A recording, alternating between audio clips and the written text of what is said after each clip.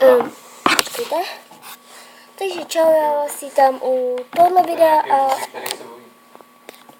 a já jsem dostala 2 nový pečopáky z nový edice a není to tenhle, ale prostě tak. To jsem dostala teda od mé nejlepší kamarádky.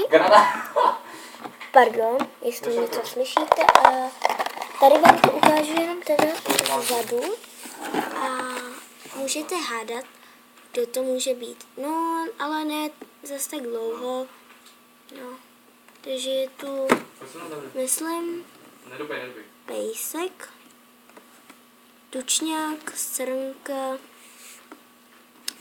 myslím, že asi pes, nebo tohle to nevím, jak se to jmenuje, ale asi velryba.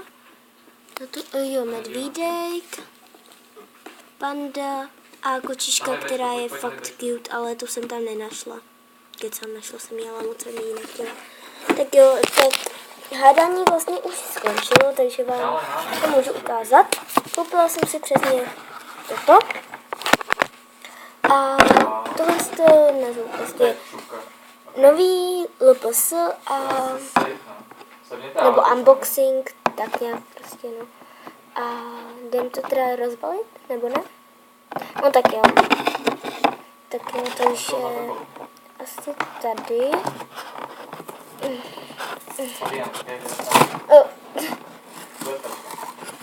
Ne, tu Blight netrhej.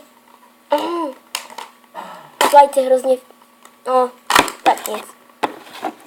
Takže já z toho dostanu tohle. Tohle, počkejte. Takže v tom byl tenhle ten papírek. Co to je? Nevím co. Pak toto, co v tom je třeba. Prostě to tam najdete, nebo prostě tak, no. Znáte to, že jo. Já to tam ještě kouknu. Je to starý, tam by mělo mít nový.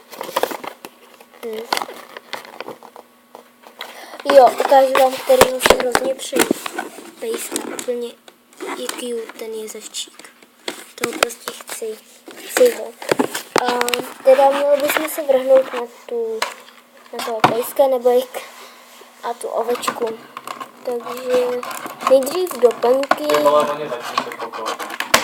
Pardon, co mi ho brát. Takhle, takže korunka. Počkejte.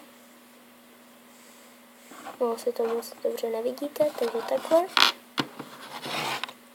Pak dortík. Počkejte. Tohle to tam moc nedrží, ale bude.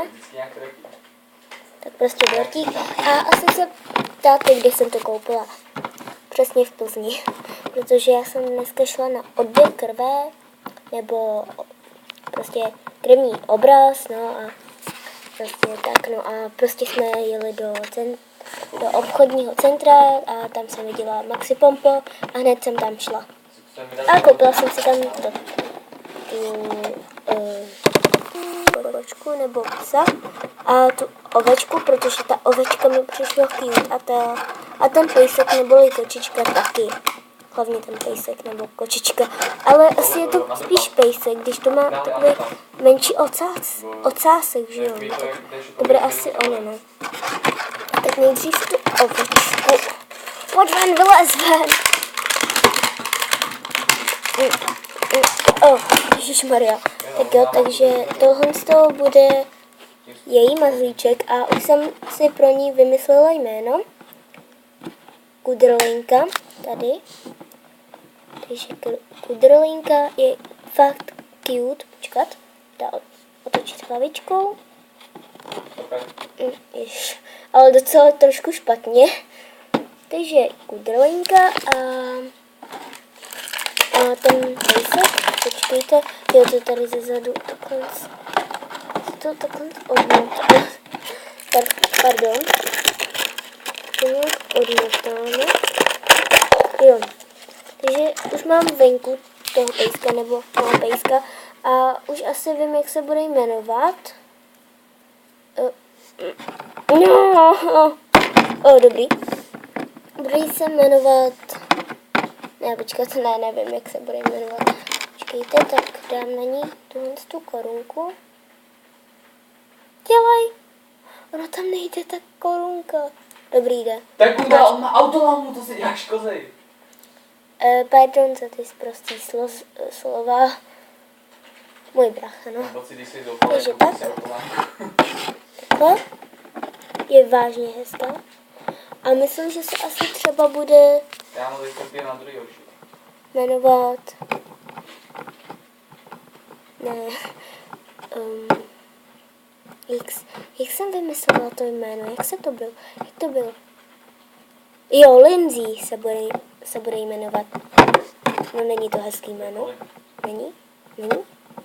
No, napište to do komentářů. Je vážně cute.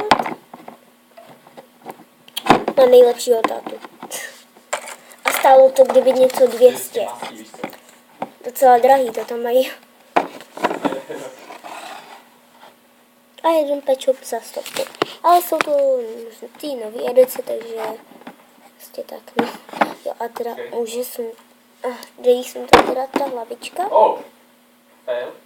A taky to jde zase nasadit. Takže nevím, jestli to bude mít ta Lindsay ségru, ale určitě. Jo, bude. Už vím, kde to bude. Tak jo, takže to by bylo asi všechno a čau. Očekávejte hodně videí s tou Lindsay a ahoj. Jakoby pod tím, jakoby ta dolní cesta.